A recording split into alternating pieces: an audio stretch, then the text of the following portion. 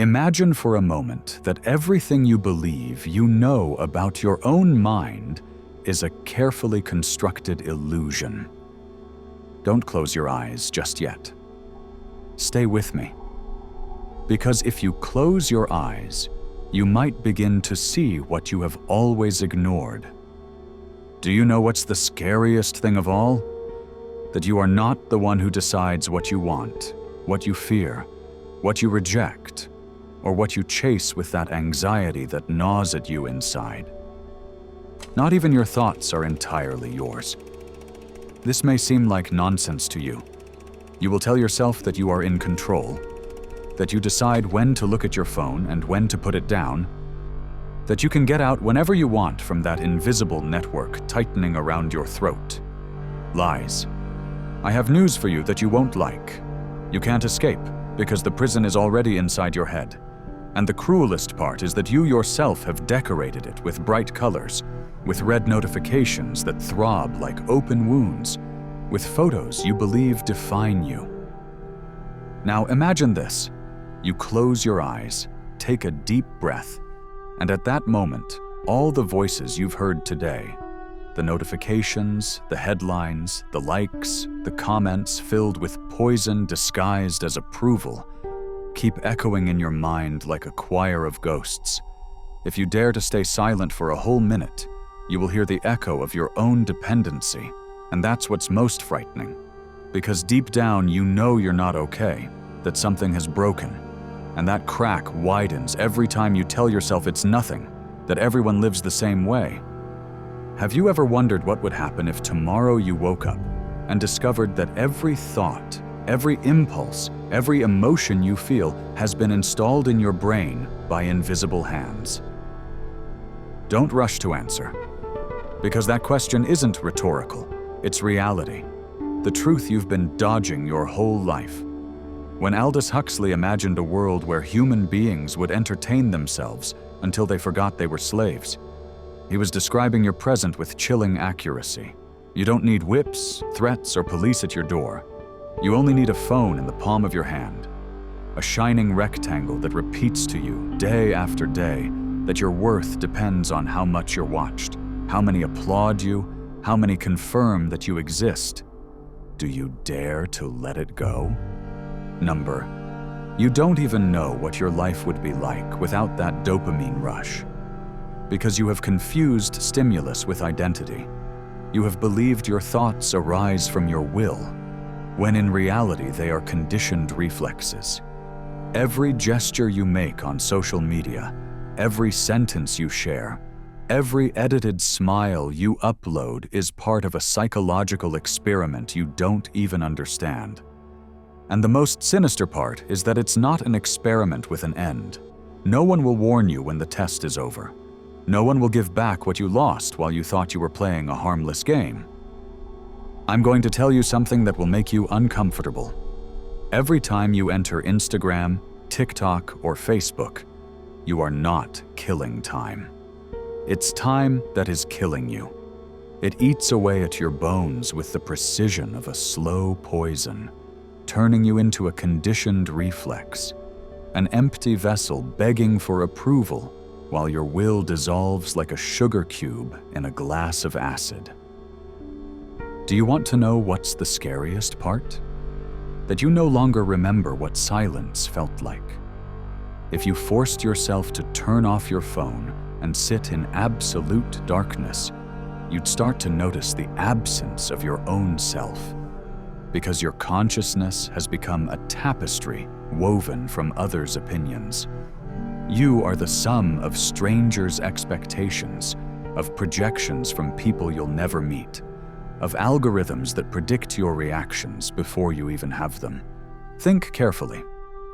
When was the last time you decided something without seeking approval, without looking if others were already doing it, without wondering if it would be well received? Maybe never. Maybe you were born in this era precisely so you wouldn't remember what it was like to be free. Because that's the most diabolical thing about this system. You don't need to be watched when you learn to watch yourself. No one needs to point fingers if you already punish yourself every time you're not liked. Don't generate clicks. Don't collect hearts. Now I want you to look at that phone you have nearby. I want you to observe it as if it were a scalpel someone left forgotten inside your body, because that's exactly what it is. A surgical tool that has opened your mind and planted seeds that don't belong to you. You may think all this sounds exaggerated, but deep down, while you listen to me, a part of you knows it's true. A part of you vaguely remembers that you used to be someone else, someone more awake, someone hungry for authentic experiences, not for simulations packaged in 30-second videos. And do you know why it terrifies you to admit it? Because if you accept that you have been domesticated, you will have to assume that you could free yourself. And that is infinitely more terrifying than living anesthetized. The slave who ignores their slavery can sleep peacefully, but the one who wakes up, even for a second, can no longer close their eyes without feeling disgust for themselves. So I ask you, here and now, with all the harshness this truth requires, how much of you belongs to that screen?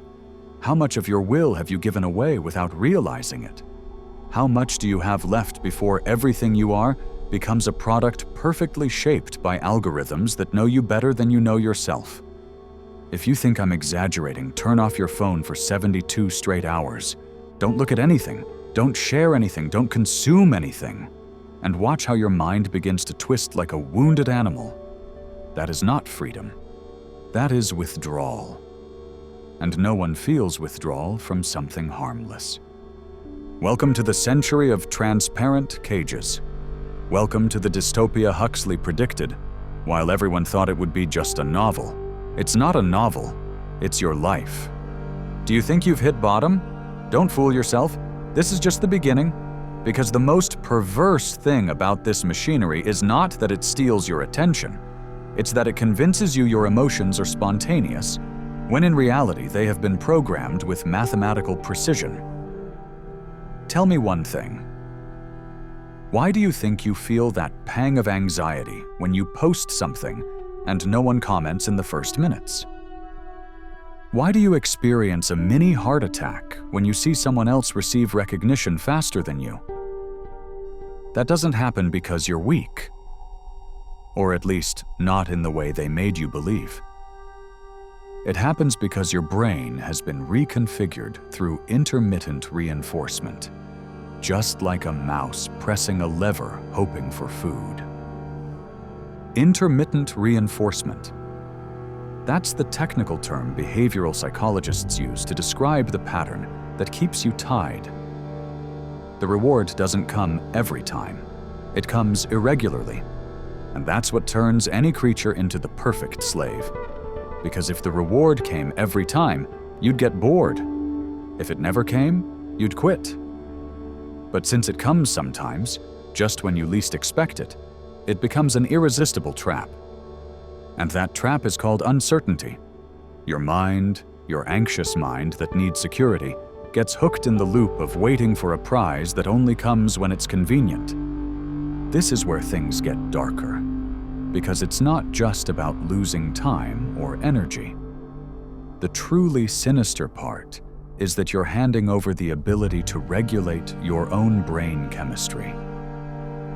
Have you noticed that the moments when you feel happiest in front of the screen are exactly the moments when you have the least control over yourself? And that when that high passes, you're left with the hangover of empty dopamine?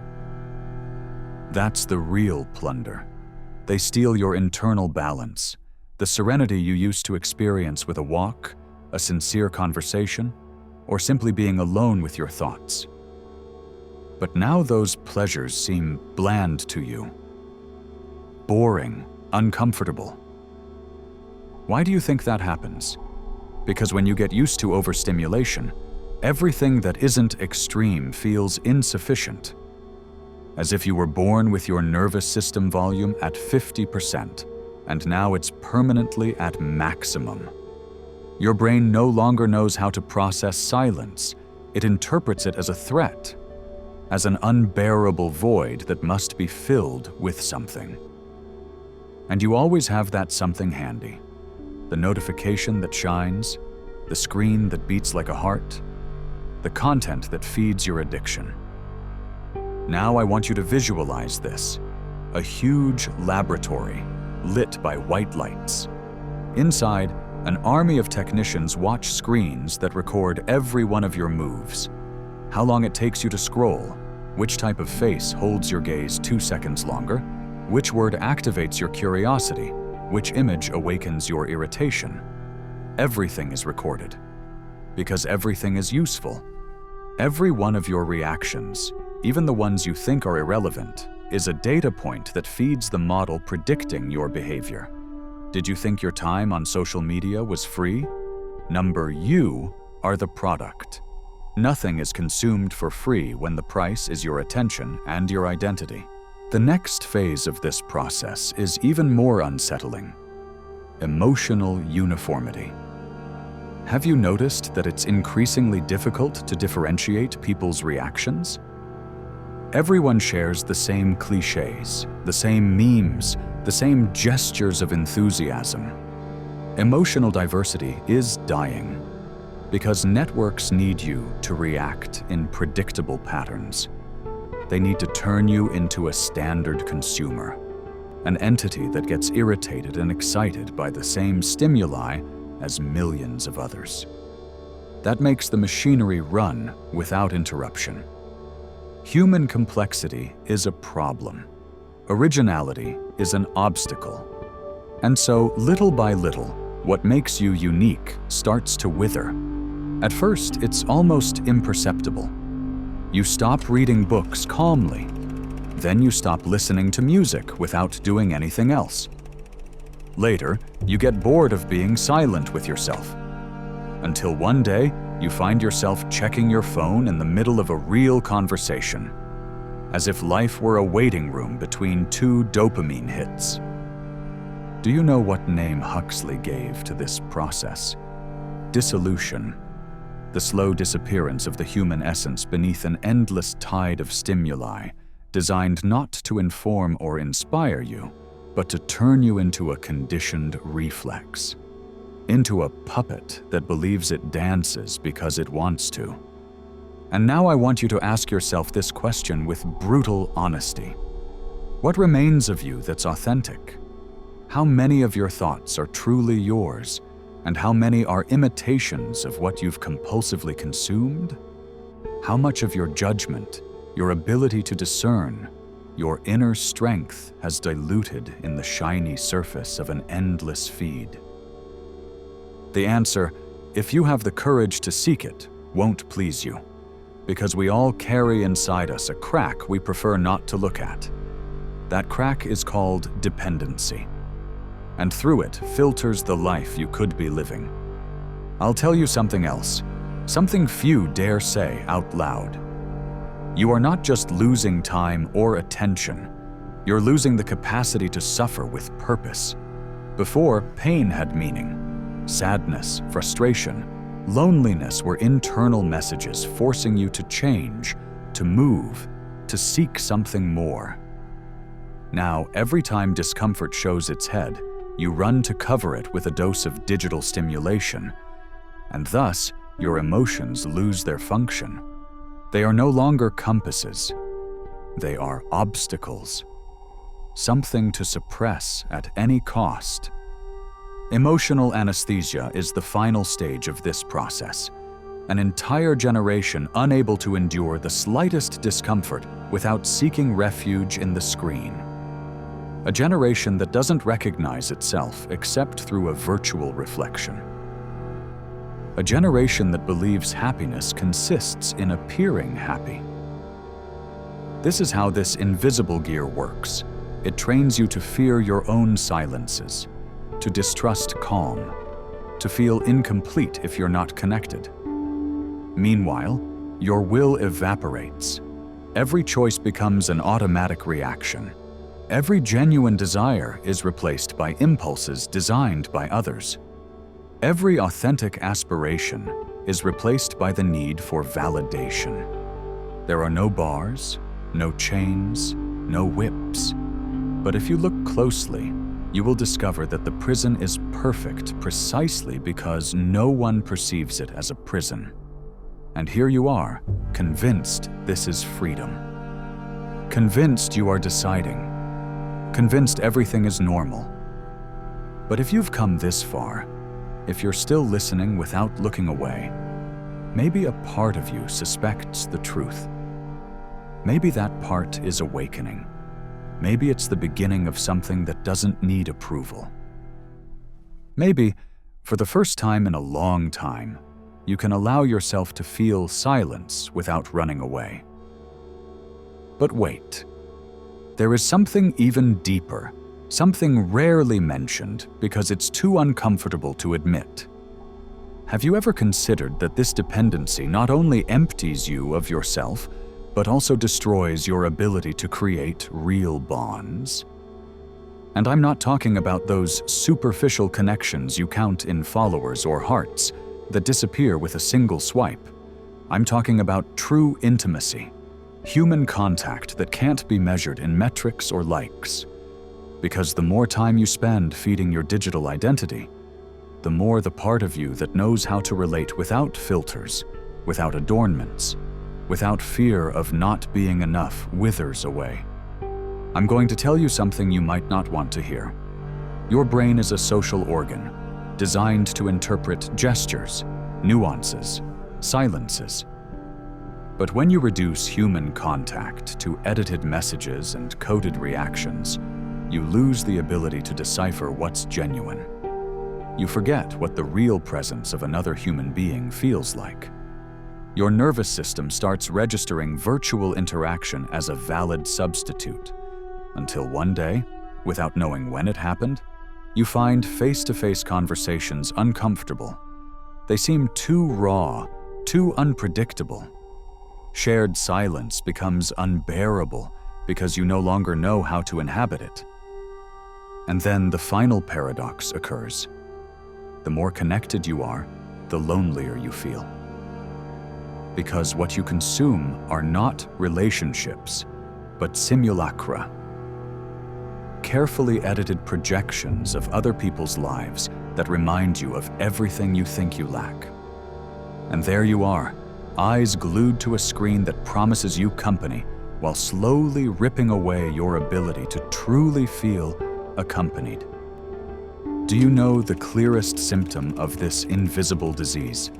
The constant feeling of insufficiency. That thought that assaults you when you turn off your phone for a moment and notice that everything seems small, gray, tasteless.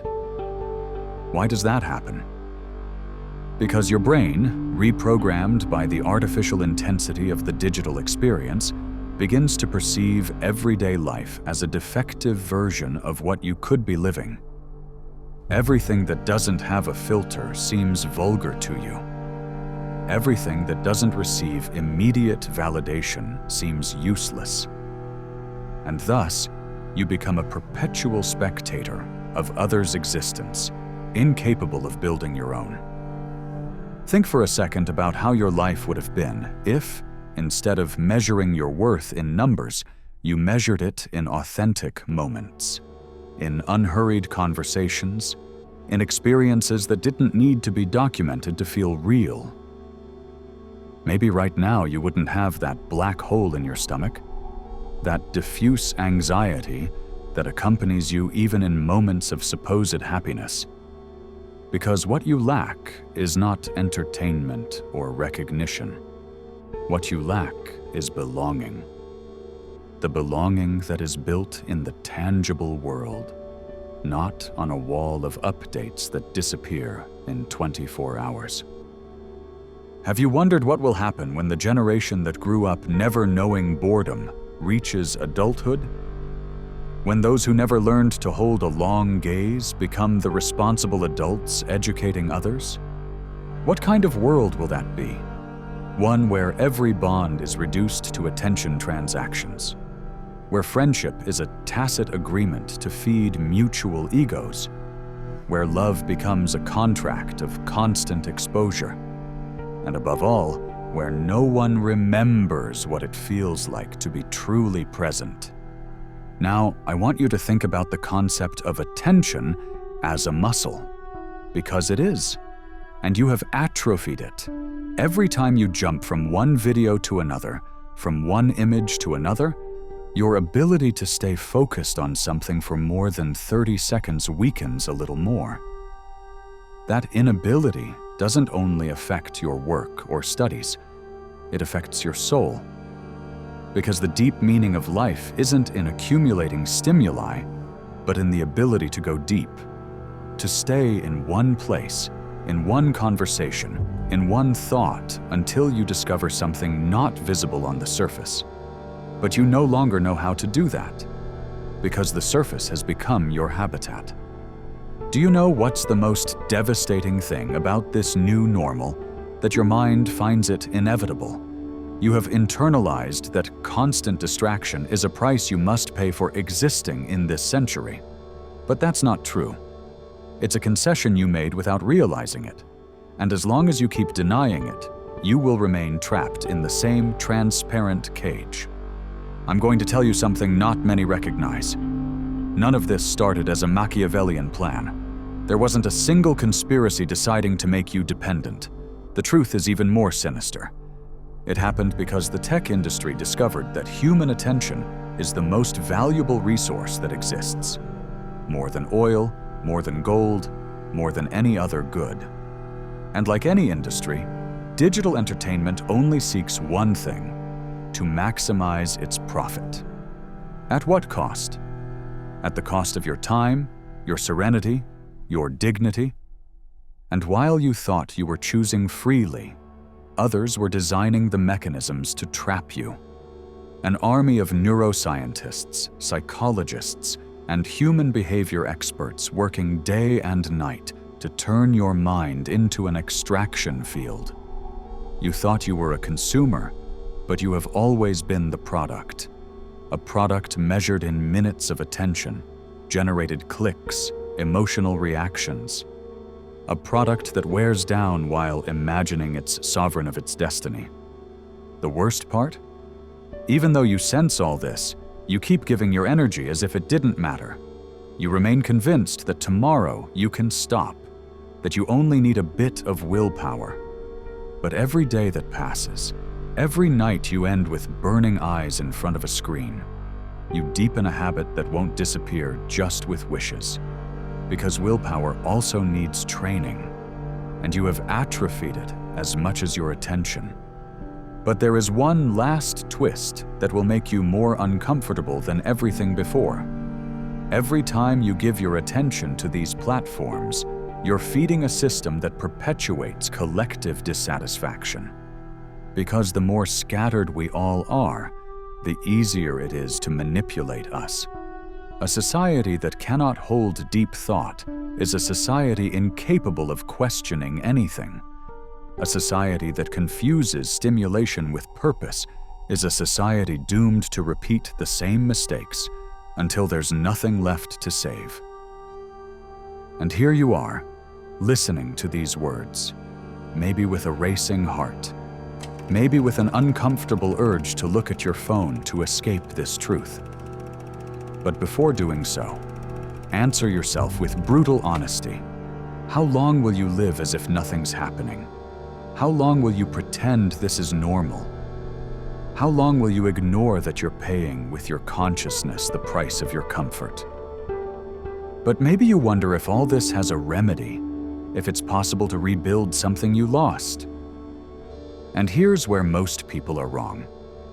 They think the solution is to run away, disappear, delete their profiles, and hide in a cave without coverage. That's just another illusion. Escape is not liberation. It's only a momentary flight. Because if you don't change your way of seeing, sooner or later you'll come back to the same place. The true way out is awareness. The ability to observe the spell without yielding to the impulse to obey it.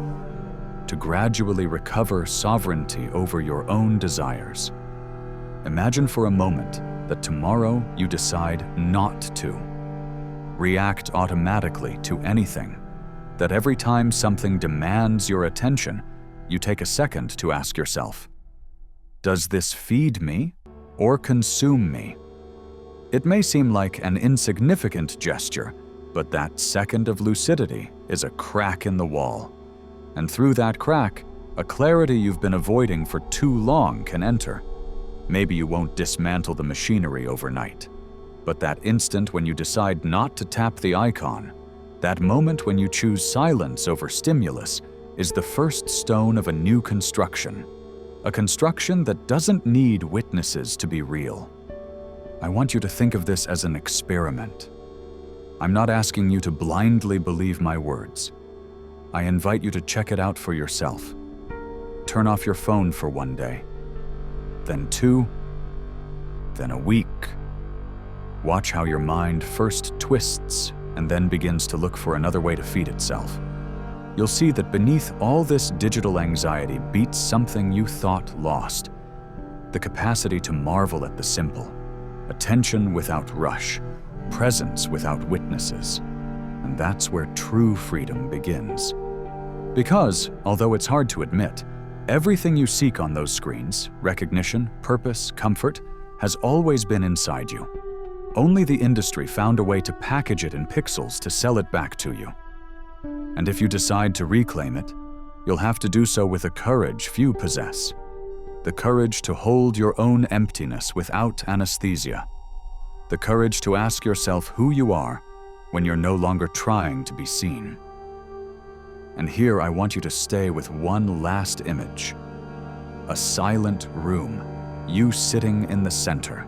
No stimuli, no distractions, no invisible audience. Just you and that brutal question you've dodged your whole life. What remains when the noise turns off? The answer, believe it or not, is the seed of your true strength. That strength no algorithm will be able to compress into a feed or turn into a product. So if you've come this far, if you've resisted the impulse to look away, I want you to know that you are not like the others. You are one of the few who still have the courage to look this truth in the eye. And that, even if you don't see it now, is the beginning of a kind of power that needs no validation. If this video has stirred something inside you, if you felt your foundations shake even for a second, I invite you to do 2 things. First, subscribe, because this channel doesn't exist to entertain you, but to awaken you. And second, write in the comments this phrase that will serve as a password among those who do not fear the vertigo of consciousness. Silence is more real than any applause. I want to see how many have the courage to declare it publicly. And now, yes, I'm going to say goodbye in the way this system fears most, without asking permission, without adornments, without filters. Because I don't need approval to tell you this. You are bigger than any screen, deeper than any network, freer than they've made you believe. If you dare to remember it, nothing will ever control you the same way again. See you in the only place where being authentic still matters. Inside you.